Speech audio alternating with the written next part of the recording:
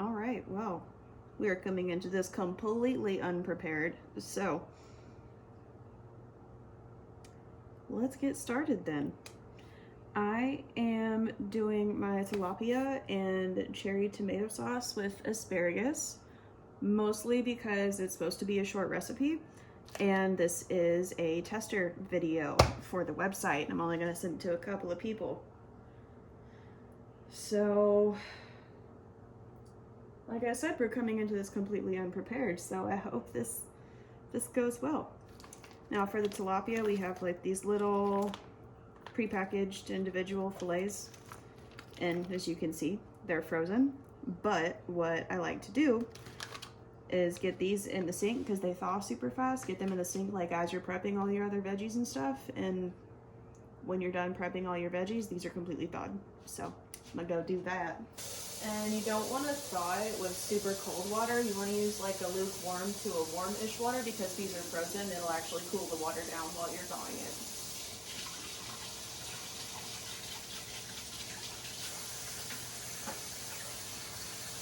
While we get those going, I'm gonna get my asparaguses. All right, got those in about a couple inches of water. You don't need a whole lot. They're pretty thin fillets. Got a bunch of asparagus. This is like a medium thickness asparagus. It's not too thin. It's not like giant that you see sometimes, but it's one whole bunch. I'm just making 2 servings, so I think I'm gonna half this and then save the rest for something. About a half a bunch. We're gonna go with that right there. Now, what I like to do, you could do this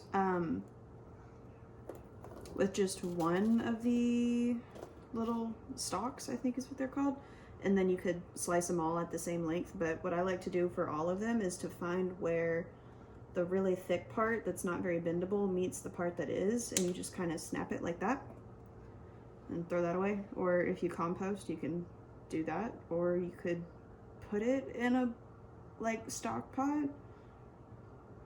I wouldn't recommend that because asparagus is not really an aromatic that you want in your soup. We like giggles in this house. Okay. So these are all almost about the same length, but you can tell like some of them are just a little bit shorter, which is why I like to do that method, because you might be getting like a super fibrous piece of asparagus, and that's not really fun to chew on, especially when you're eating something delicate like tilapia and cherry tomatoes. So we're gonna, oh shit, this thing's full. We're just gonna rinse these. So hopefully by the time I'm done cooking all this, only 25 minutes will have passed like I promised in my website. But because I went into this like super unprepared, we're gonna see how that goes. Also practicing just talking to a camera. Realized after taking my speech class this past semester, not very good at that. Shout out to Adam for putting up with me when I did that. All right. So we're kind of already 10 minutes into this, but you know, might be good, might not. Always rinse your vegetables. You never know who's been touching your stuff or what's been touching your stuff.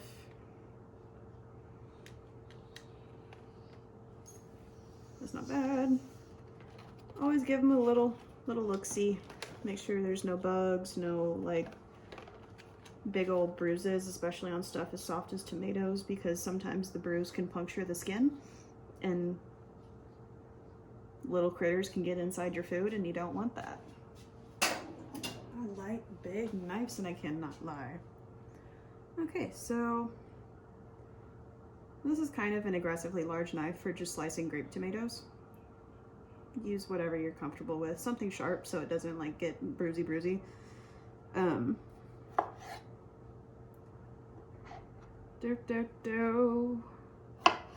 Just slice them up. Maybe like kind of a quarter size. It doesn't really matter how you slice them because they're basically going to get pulverized in the pan anyway. So if you just wanted to slice them in half, you could do that too, but you just have more solid pieces of skin in your sauce, and not everybody wants that. So slice it small. I don't know how well you can see, but the way I'm handling my vegetables.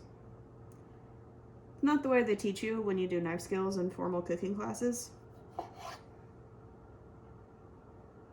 Be safe. Don't slice your fingers off. Don't look at the camera when you're slicing vegetables. It's even smarter. How long have we been doing this? Too damn long. All right. What we're gonna do now is check on the fish. Oh, look at that. We got a nice thawed fish. See how long that took? No time. I'm just out here unprepared as a mother. Now, we're gonna chop ourselves up some asparagus. You could probably, about this size, you could do it in thirds. You want like a little 2-inch little piece of asparagus. It's a nice bite-sized piece. Just get in there and slice and slice. We've got a couple of long boys in here. We'll just slice those in half.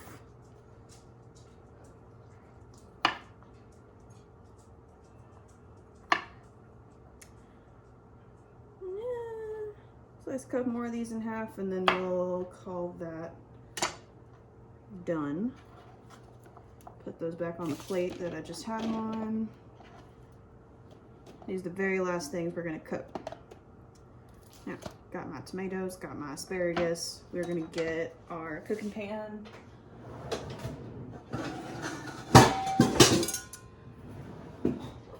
Want to use a decent non-stick skillet for cooking fish. And the reason why, get the heat up, do about just a little bit less than medium to get it hot. Non-stick skillet, you want that so that your fish doesn't stick to the pan, because tilapia is a very like fine flaky fish because it's so light. You don't want that in the pan. So we want all of that juice, but we don't want like whole bits of fish left in our sauce.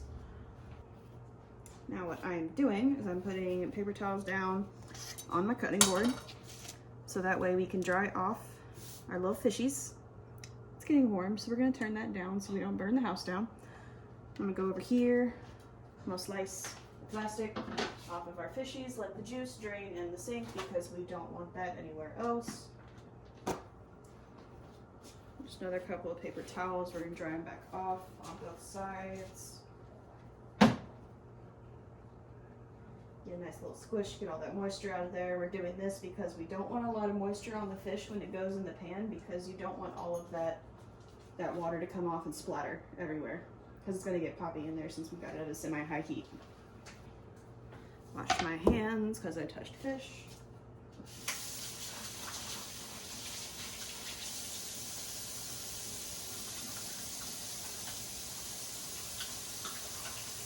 Oh, puppy. It's almost your dinner time, I promise. I have to make mine first, though.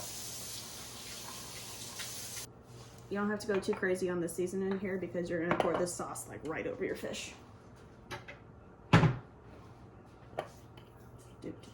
Do.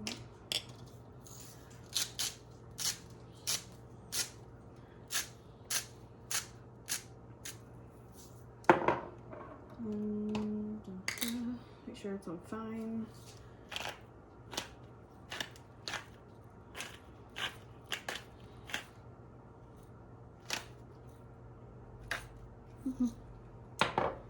A little bit garlic powder.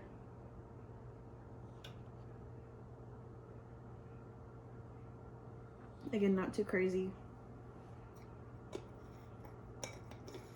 No, this should be nice and hot. Actually, let's not do that. Let's,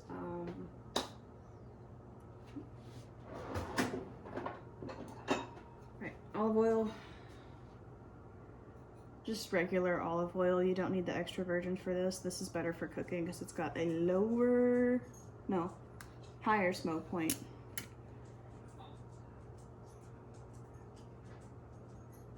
Just about a tablespoon.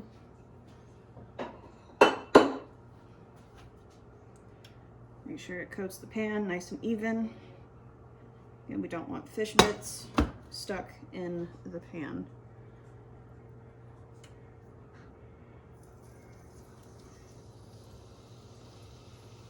Yeah, I can't really hear that. That means I don't have the pan very high. So we're not gonna get a whole lot of browning on this side, but that's fine.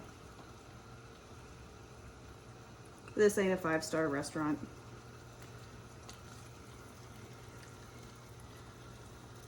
Now, whatever's going on here, a little weird bit on the fish.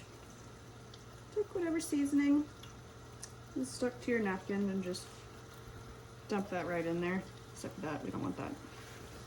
Now, because the pan is not as hot as I wanted it, which is surprising, I'm gonna turn the heat up just a little bit, get that sear going.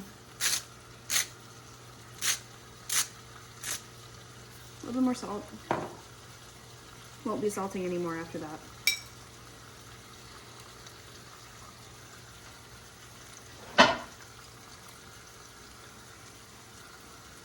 Garlic powder. No pepper.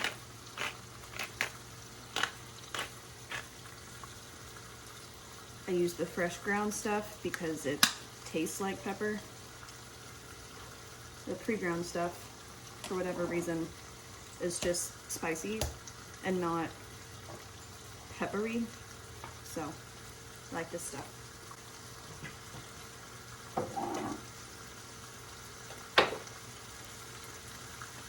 So this has been on here about a minute and a half.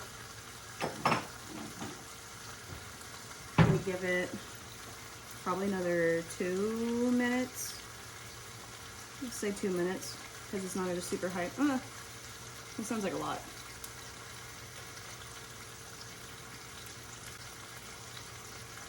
I don't know. We'll figure it out. It's been about another minute since I said we don't know what we're doing. I'm gonna get a spatula.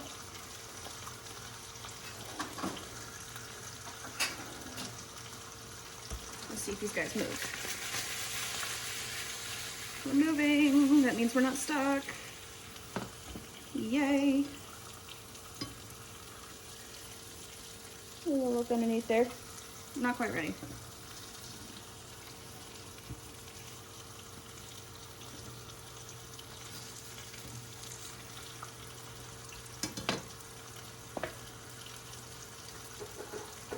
I'm kind of thirsty.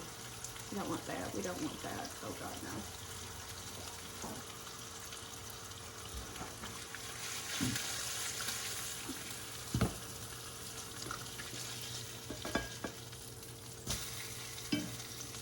We got a nice little bit of brown on there.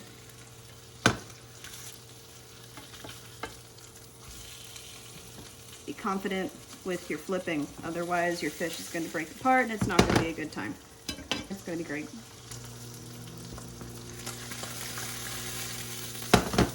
Those little shake, make sure they're not sticking. I know it hurts sometimes, but you'll get over it. You'll find another life to live.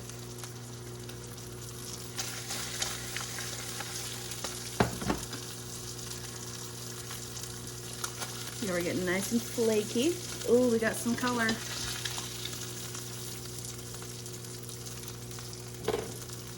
A little bit.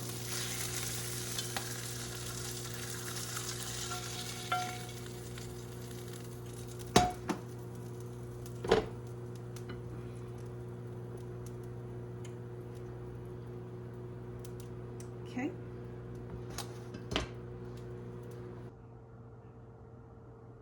Turn this heat up on here. We're gonna do some wine.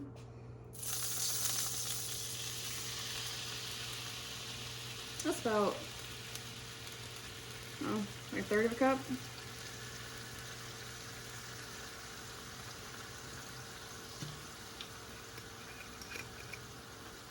Let that reduce.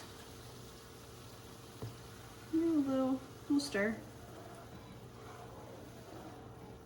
Didn't really get the brown bits that I wanted, but you know, it's the way it goes. You're still getting sauce. It's still gonna be tasty. Do this garlic first.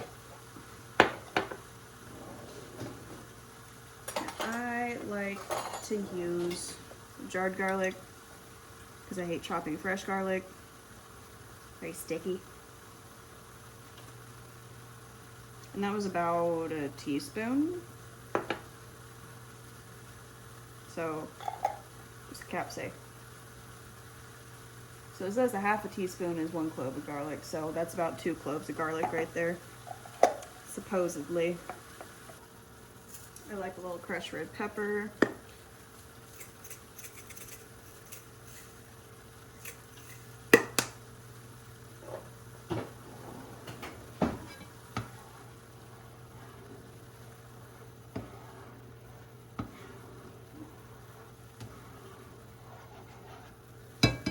Let's get these tomatoes in here.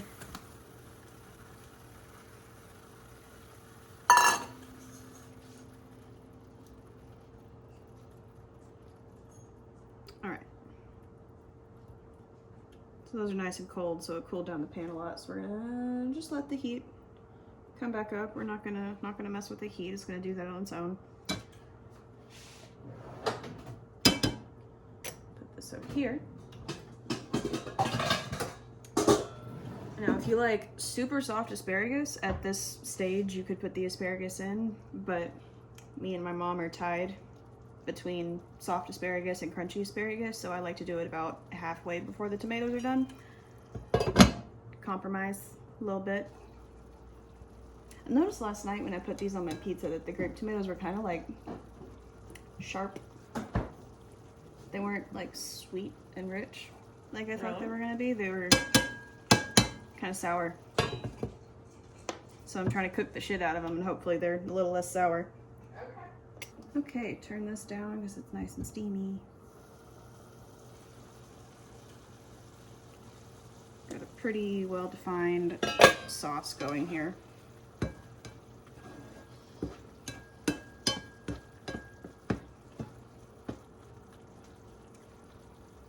tomatoes are nice and squishy.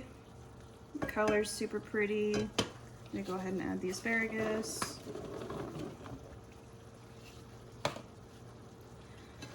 So while that's in there, the asparagus is gonna cook. I'm gonna leave the lid off and we're gonna get some of that liquid out here. So it turns more into a sauce instead of like a liquidy mess.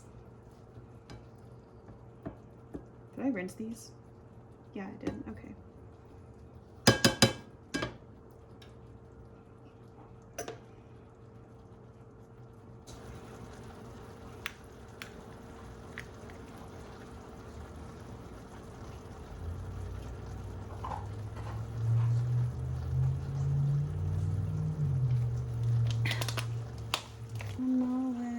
Sometimes, but you'll get over it. Just existing, making stuff. So we've reduced our sauce down. It's not so liquidy, and you know, it stays away from the pan when you move it, so it means we've got a good amount of the liquid out of here. So I'm gonna go ahead and put the lid on.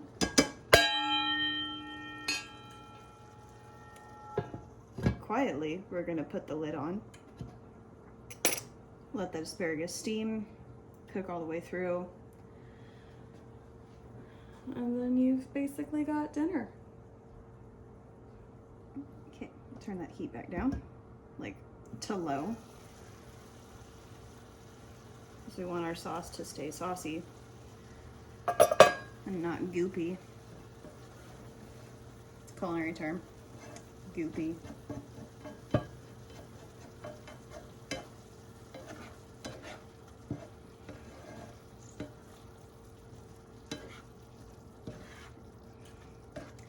This is about how you know it's ready, if you like your asparagus in between crunchy and soft, because it's kind of lost a lot of the green flavor and it's almost got like an orangey, yellowy color to it.